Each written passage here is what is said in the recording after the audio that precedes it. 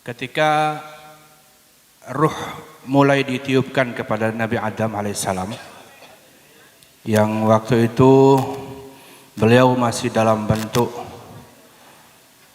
patung yang terbuat dari tanah, maka ketika ruh itu sampai pada mata beliau dan mata beliau pun bisa melihat, pertama kali yang terlihat oleh mata Nabi Adam alaihissalam adalah sebuah tulisan di tiang arasy.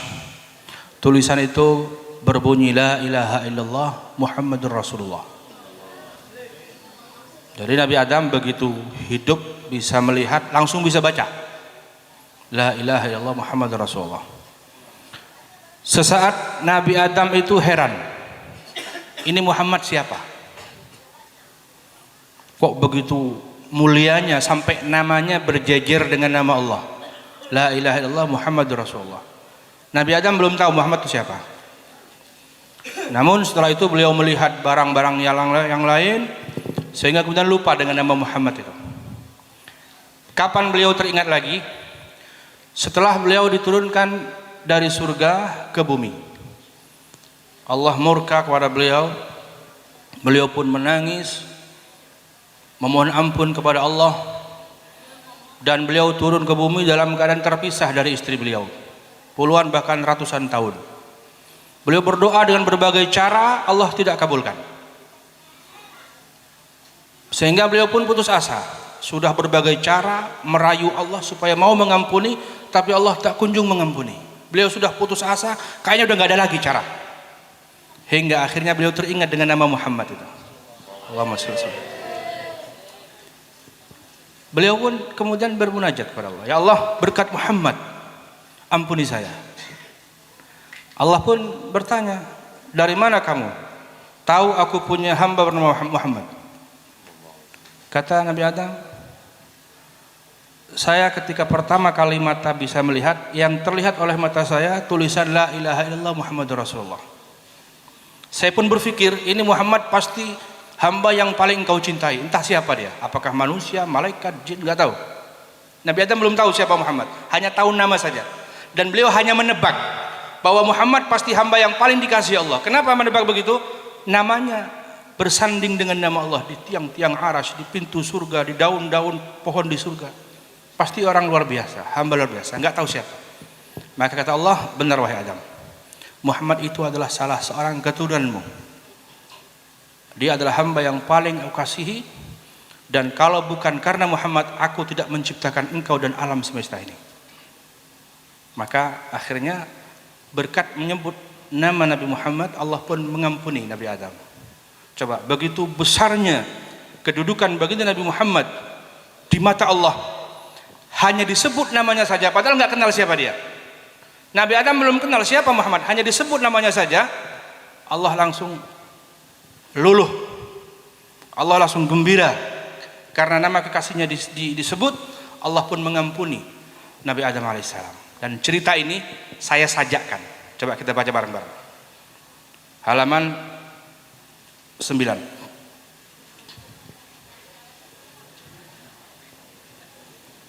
Allahumma salli wa sallim wa barik alaihi wa ala alihi wa sahbihi. Sejak sebelum dicipta insan, nama Muhammad telah dikenang. Di pintu surga terukir terang nama Muhammad dan nama Tuhan. Nabi Adam pun telah dihidupkan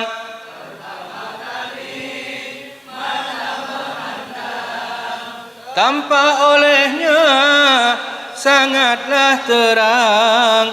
Di tiang arasy ada tulisan, satu kalimat terukir indah, la ilaha illallah Muhammadur Rasulullah, la ilaha illallah Muhammadur Rasulullah, La ilaha illallah Muhammadur Rasulullah. Setelah lama hidup di surga, leluhur kita Adam dan Hawa, mereka jatuh terjebak syaitan, melanggar janji serta larangan. Allah pun murka, dikeluarkanlah dari surga, turun ke bumi, terpisah pula berlama-lama. Adam dan Hawa menangis pilu, terseduh sedan, berbagai doa namun tak ada ijabah Tuhan. Puluhan tahun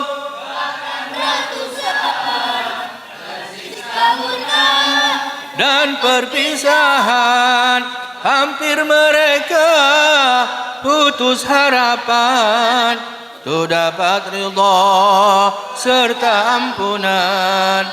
Hingga akhirnya sang Nabi Adam ingat pertama mata memandang, di atas ada tulisan sebuah nama masih terkenang.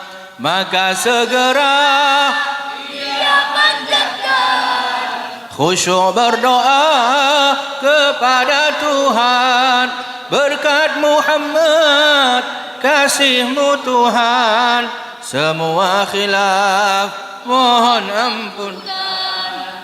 Allah bertanya kepada Adam, siapa yang telah memberitahukan? Karena Allah belum kabarkan tentang Muhammad yang ia sayang.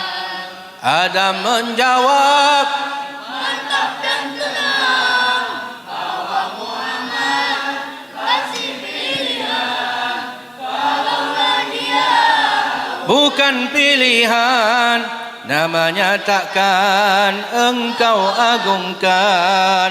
Allah berkata, benar kau Adam, dia terkasih, dia pilihan. Aku ciptakan engkau beserta berkat menyebut Adam dan Hawa. Ya Allah juga limpahkan pada kami ampunan. Allahumma salli wa sallim.